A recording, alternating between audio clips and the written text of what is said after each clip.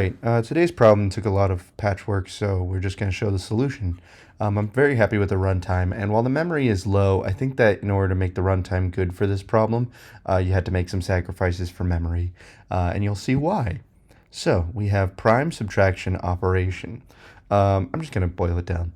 Basically, given an array of numbers, can you make the array strictly increasing, meaning never plateauing, never the same values, just increasing? If you're given the ability to remove a prime number from any any number you want. So like this 9 right here is bigger than this 4, is bigger than this 6, but we can subtract 5 from it and we get 4, 5, 6, 10, and that's increasing. For example, actually the way, and it gives you a hint to do it left to right, because it says, well, we actually make 4 even smaller and make it 1, 2, 6, 10. So what did I do? This took me an awful while, actually, to be honest. And it's kind of patchy, but it's pretty good runtime, so I'm happy. The first thing that I want to do was get the prime numbers.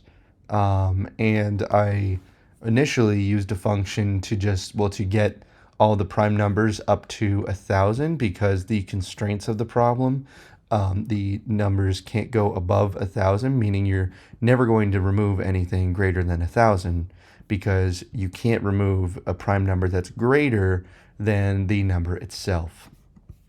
So, what I did was I used a function to generate those first 1,000 numbers. And then I thought to myself, why would I even need to, because it was running every single time. And I thought, why wouldn't I just hold on to those and just store it as a hard-coded array? I don't really, instead of wasting time generating it every time, just store it right off the bat. We already, just run it once, hold on to those numbers. There's a -1 right here, which is not a valid prime number, but you'll see why in a second. It's actually pretty clever, in my opinion. First thing, we get rid of the edge cases. If there's a list length of 1, it has to be increasing. It's always going to be increasing. It's just 1. So we return that, because the rest of the code requires you to have at least 2. So we need to get that out of the way before we do anything else. So what my strategy is here is to go left to right. Because if you go left to right, you want to remove the biggest possible, and you remove the biggest possible prime number from each number. Because there's no reason you'd ever want to remove, if given a number, there's no reason you'd ever want to remove a prime number that's not the biggest possible one. And if you go left to right, then basically as you remove the biggest possible prime number from each number, you can find out if it's not possible to make that increasing sequence, because you can see at any point, if you have 1, 2, 3, 2, you can't possibly remove anything from that last number to make it greater than the number before it. So if you're going through it and you look at a number and it's less than or equal to a number prior, then you can't make it increasing.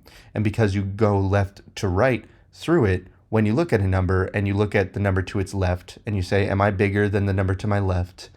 That number already is as small as it can be. We already subtracted the biggest number possible from it, meaning that this is the best we can do. And if we're still less than or equal to that number, we can't possibly make the whole thing increasing. So, as you can see, I have a lot of debug dots out because it was pretty tricky. My solution, I'm happy with this, was you have a list of prime numbers and you're trying to find the biggest prime number that you can remove from it. So I thought, why not just binary search through those prime numbers?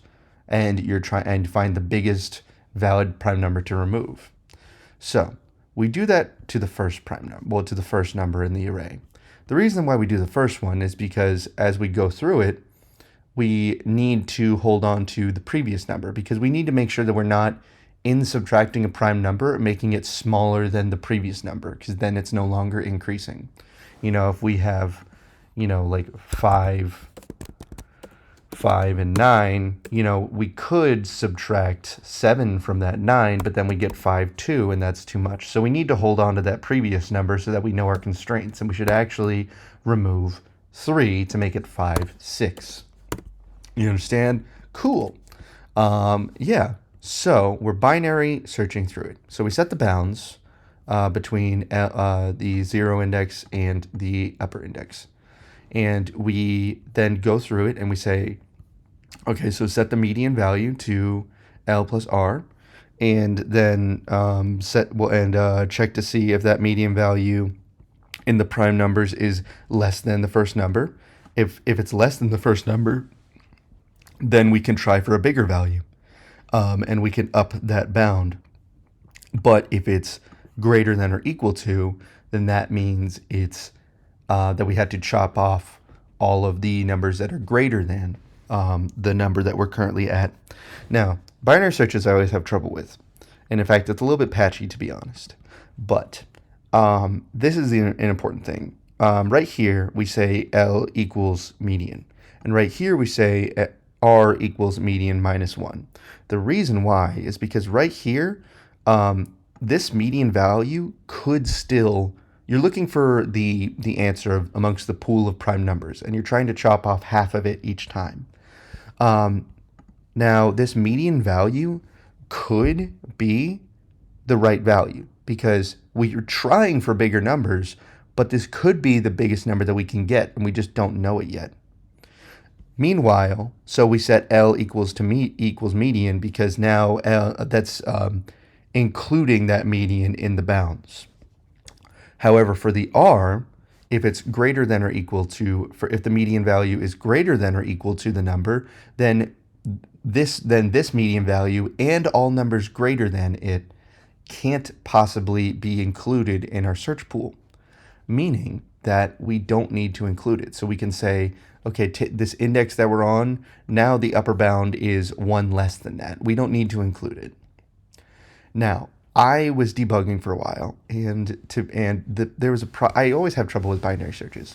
And the problem that I was having was that there were some times where you'd come down to like L would be 2 and R would be 3, and then because you floor divide and you don't update L, L would be the same and it would get stuck in an endless loop because you set L to be the median, but the median doesn't actually change. Like in that case right there, 2, if L is 2 and R is 3, then you set, then the median value becomes 2, and then say that the median value is less than the first number. Well, you set L to the median, but then it's just the same thing over again. So this was a quick patch, but the runtime is still pretty decent, where I hold on to the previous median value, and I say, okay, well, if it's ever the same value twice, stop, because we're not making any progress.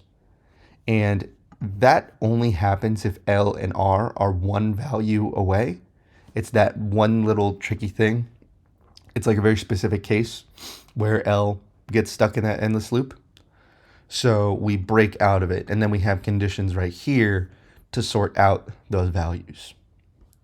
Now, right here, if R is not equal to 0. Why do I do this? Well, R is not, the problem I was having was that I was searching through the list of prime numbers.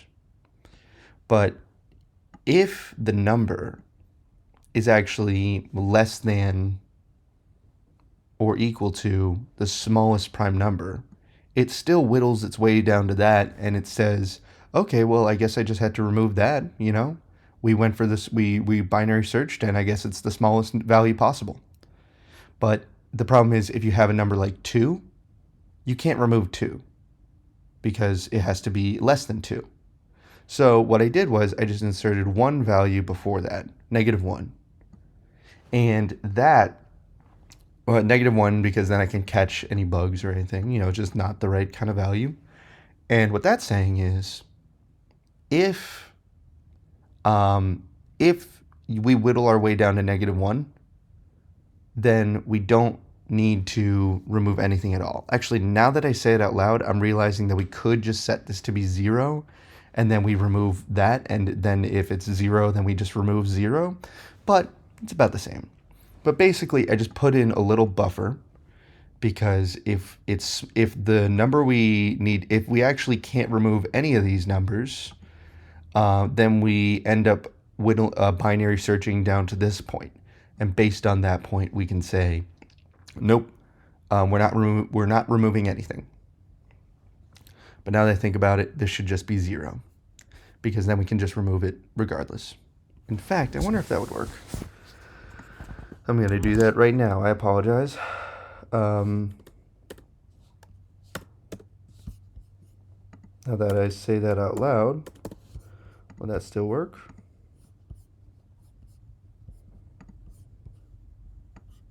Yes, and it even gets a better runtime.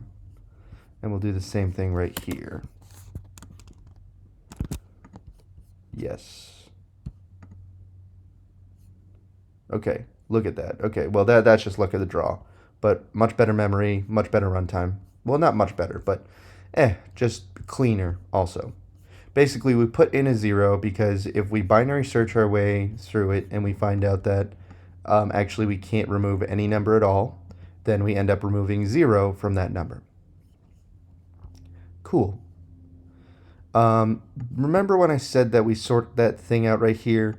Well, so if we find out that L plus 1 is greater than was equal to R, then that means that this loop wasn't broken out of because the two bounds crossed, but rather because it got stuck in an endless loop.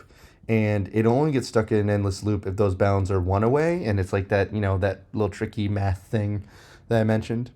And so if that condition is met, then we have 2 possible numbers that we can remove. And so we check between those 2 possible numbers, is the right value, i.e. the greater possible value, a valid number to remove? If so, remove that. But if we broke out of this loop naturally, or if R is still too big, then just remove L. And there we go. And then what we do is we just go through it and we check and we do that same loop, but we add 1 extra condition, actually 2 extra conditions. First, before we start the loop, we check to see if the current number is less than or equal to the previous number, because we know we've made the previous number as small as it can possibly be. So if we get to that point, we can't remove anything from current number to make it greater than previous number, and thereby it's impossible. It's false. So that's the only way that you actually return false. Otherwise, you'll see later. Then we just do the same binary search throughout the whole thing and the exact same conditions, but we add on one little bit of logic. So when we say, is the median value less than or equal to less than the current number, we also check, hey, if we removed this median value from the current number, is it greater than the previous number? So that's that thing I mentioned earlier where you have 5 and 9. And sure, you could remove 7, and 7's the biggest number you could remove from 9, that's prime, but that would make it 5, 2. So we actually want to whittle it down so that based on that condition, so that we need to make sure it has a floor of 5. So it would end up being 5 and then subtract 3 from 9 to get 5, 6. So that it's increasing the whole way. So that's the one condition we put in there. Also check that it wouldn't make it smaller than the previous number. And then the same little patchy thing that I did earlier in case you get stuck in an endless loop. The final condition is the last number greater than the second to last number? And this is because you don't need the greatest number, the last number, you don't need to remove anything from that. Because if it's, if it's 1, 2, 3, we just need to return the Boolean. So if you have 1, 2, 3, 1,000, that's okay. We don't need to remove anything from this 1,000. So we don't need to do that binary search on it again. All that we need to do is make sure that we have 1, 2, 3, if the last number is greater than the number before it. If we get 1, 2, 3, 2, then we can't possibly remove anything from 2 to make it bigger. But if we get 1, 2, 3, 1,000, we don't need to make 1,000 smaller. All that matters is that it's increasing. So that's the last condition we check, is the last number greater than the second to last number. So it's a little patchy, a little bit finicky, not the cleanest code I've written, but the logic is pretty sound. If you have a list of numbers and you're trying to find the biggest possible number, a binary search is the perfect tool, because then you use n. It's not even n log n time, because it's actually because the primes, your search, it's n, where n is the length of nums, times the length of primes, which could be way smaller than n, which so it's just a constant. So it's n log p, where p is a constant. So there we go. Yeah, so not the cleanest code I've written, but binary searches are kind of finicky like that, and definitely I'm proud of the logic at hand. There's some other great solutions that definitely would recommend checking them out. I actually was one of the only ones I saw that did a binary search. People did some very funky stuff, and I would recommend reading that as well. Greedy Sleeve of Eratosthenes, very impressive. But I'm happy with mine, and I definitely learned a lot from this. So while this was a tricky daily problem, it was a good one. Thank you very much for watching.